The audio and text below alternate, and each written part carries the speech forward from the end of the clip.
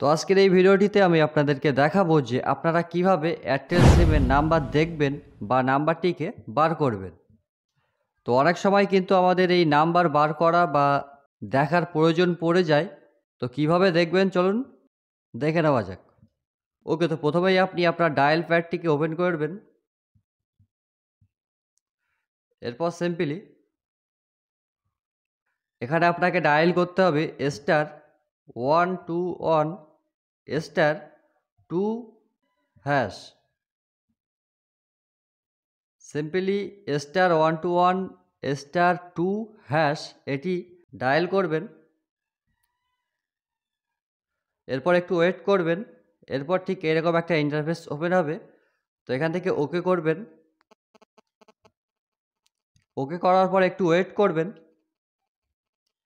তাহলে আপনার সামনে ঠিক এরকম একটা ইন্টারফেস ওপেন হবে এবং আপনার মোবাইল নাম্বারটি আপনি উপরে দেখতে পাবেন।